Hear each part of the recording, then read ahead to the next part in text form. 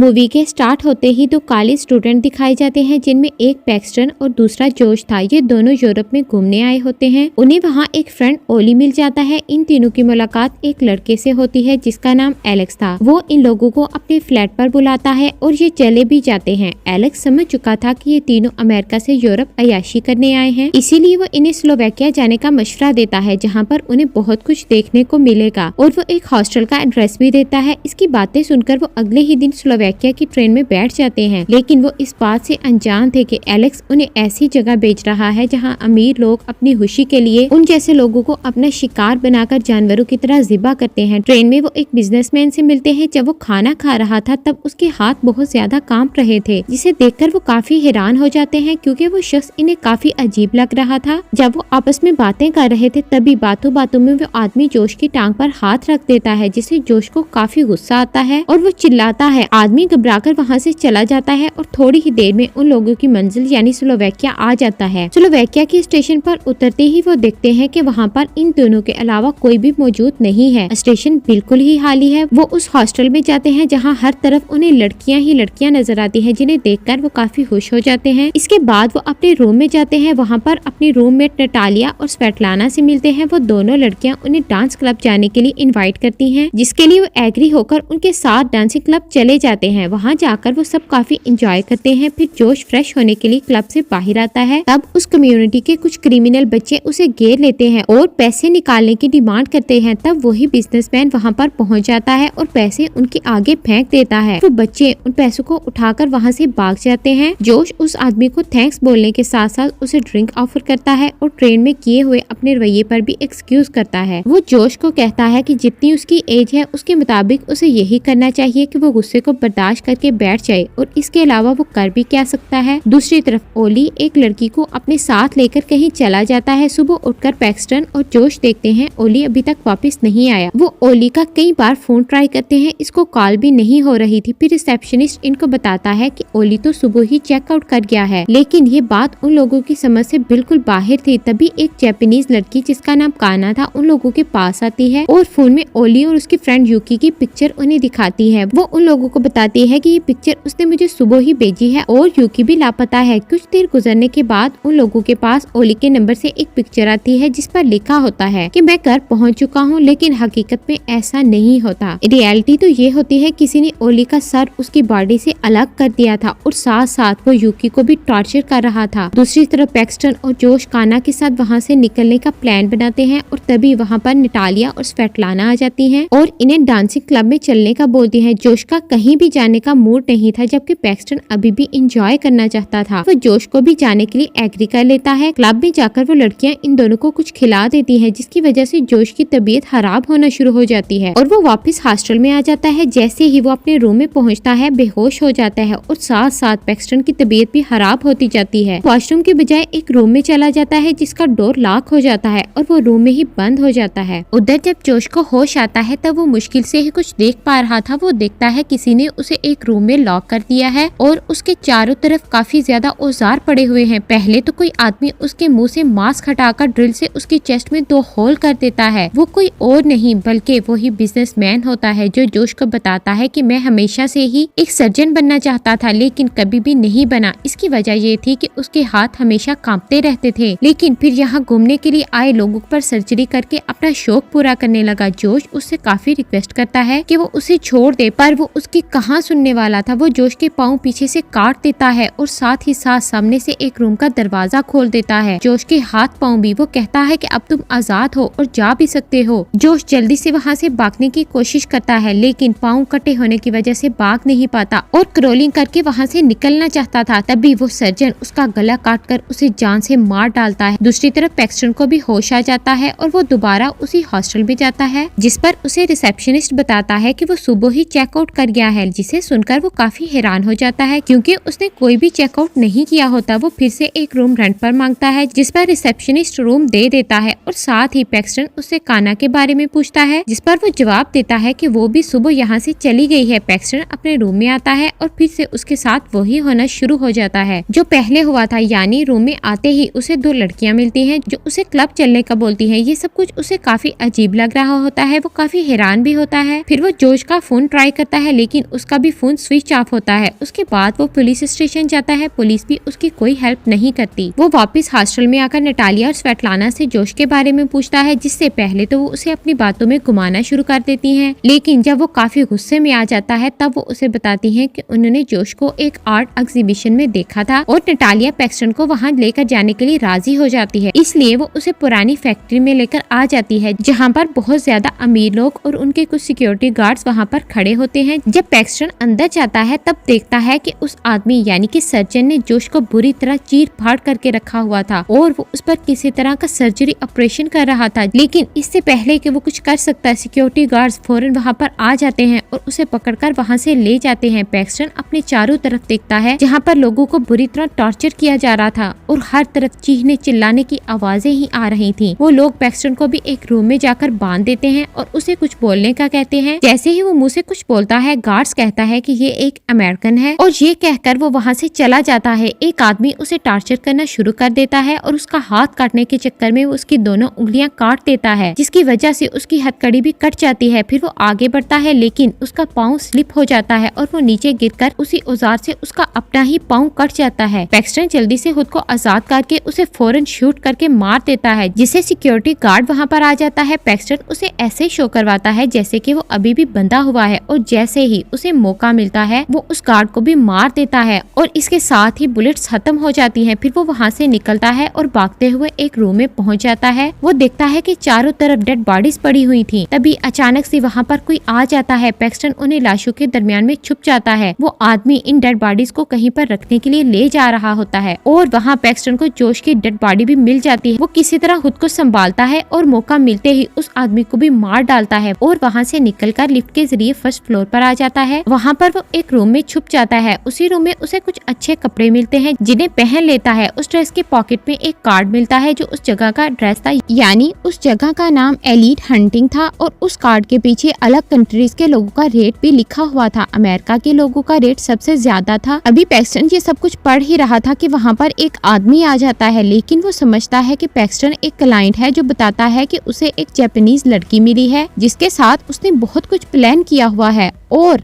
यहाँ पर वो किसी और की नहीं बल्कि उस लड़की काना की बात कर रहा था। उस आदमी के जाते ही पैक्सटन उसकी पिस्टल उठाता है और वहाँ से बाहर आ जाता है। बाहर आकर उसे कार नजर आती है जिसमें एक चाबी भी लगी होती है। अभी वो कार में बैठ ही रहा होता है कि उसे काना की चीखों की आवाज आती है। वो फौरन उसे बचाने के लिए चला जाता है और जैसे ही वो उसके रूम में जाता है वो देखता है कि वही आदमी उसके फेस को जला रहा है। पैक्सटन फौरन उसे शूट कर देता है। काना बहुत ज्यादा तकलीफ महसूस कर रही होती है क्योंकि उसकी आधी आंख बाहर आ जाती है। पैक्सटन उसे बचाने के लिए उसकी आंख को उसकी बॉडी से अलग करके काट देता है और ये चीज बहुत ज्यादा डिस्टर्बेंस पैदा करती है। बहुत ही डिस्टर्बिंग सीन होता है। किसी तरह वो बड़ी मुश्किल से अपनी जान बचाते हुए वहाँ से बाहर आते हैं और गाड़ी में बैठकर वहाँ से भाग जाते हैं। इसके साथ बहुत से सिक्योरिटी गार्ड्स उनका पीछा करते हैं। रास्ते में जाते हुए उसे नटालिया, स्वेटलाना और एलेक्स नजर आते हैं। वो इनको गाड़ी से उड़ाकर मार देता है। पैक्सटन स्टेशन पर जाना चाहता, लेकिन रास्ते में पुलिस चेकिंग कर रही होती है। पुलिस वाले भी उन लोगों के साथ मिले होते हैं। इनमें से एक पुलिस ऑफिसर इन्हें देखकर जैसे ही वो इन लोगों की तरफ बढ़ता है वो कार से बाहर आकर वहाँ से भाग जाते हैं। वो पैदल ही चलते रहते हैं। चलते चलते वो स्टेशन पर पहुँच जाते हैं, लेकिन वहाँ पर भी बहुत से लोग इन्हीं की तलाश में थे। वहाँ एक मिरर में काना अपना फेस देख लेती है और अपना फेस देखकर वो काफी दुखी हो जाती है। इसके साथ ही वो सामने से आती हुई ट्रेन के आगे आकर सुसाइड कर लेती है। इस इंसिडेंट को देखकर सारे लोग वहाँ पर इकट्ठे हो जाते हैं। इसके साथ ही पैक्सटन को भागने का मौका मिल जाता है। मौका का फायदा उठाकर वो ट्रेन में बैठ जाता है और ट्रेन भी वहाँ से चल पड़ती है। जब पैक्सटन ट्रेन में होता है तब उसे उसी बिजनेसमैन की आवाज आती है। जिस स्टेशन पर वो आदमी उतरता है पैक्सटन वहीं पर उसका पीछा करता है। वो बिजनेसमैन अपनी एक छोटी बेटी के साथ होता है और वो दोनों अलग अलग वॉशरूम में चले जाते हैं। वो आदमी काफी देर वॉशरूम से बाहर अपनी बेटी का इंतजार करता है, लेकिन वो बाहर नहीं आती। तब वो अंदर जाकर देखता है तो वहाँ पर उसकी बेटी मौजूद ही नहीं थी। वो अपनी बेटी को इधर उधर ढूंढता है, लेकिन उसे कहीं भी उसकी बेटी नजर नहीं आती। और दूसरी तरफ पैक्सटन उसकी बेटी को किडनैप करके अपने साथ ट्रेन में ले जाता है। इस मूवी में जो क्लब दिखाया गया है वो ऐसा क्लब है जहाँ पर अमीर लोग अपने गुस्से और भड़ास को निकालने के लिए मुख्तलिफ कंट्रीज के लोगों को अपना शिकार बनाते हैं और इन्हें जान से मार देते हैं। और सबसे ज्यादा अमेरिकन लोगों का रेट इसलिए है कि वो अमेरिका के लोगों से बहुत ज्यादा नफरत करते हैं और ये काम वो बड़े अरसे से करते आ रहे हैं। पुलिस भी उनके साथ मिली होती है। वो लोग विजिटर को लड़कियां प्रोवाइड करते हैं और इसी आड़ में उन्हें मार देते हैं और इसके साथ ही मूवी एंड हो जाती है।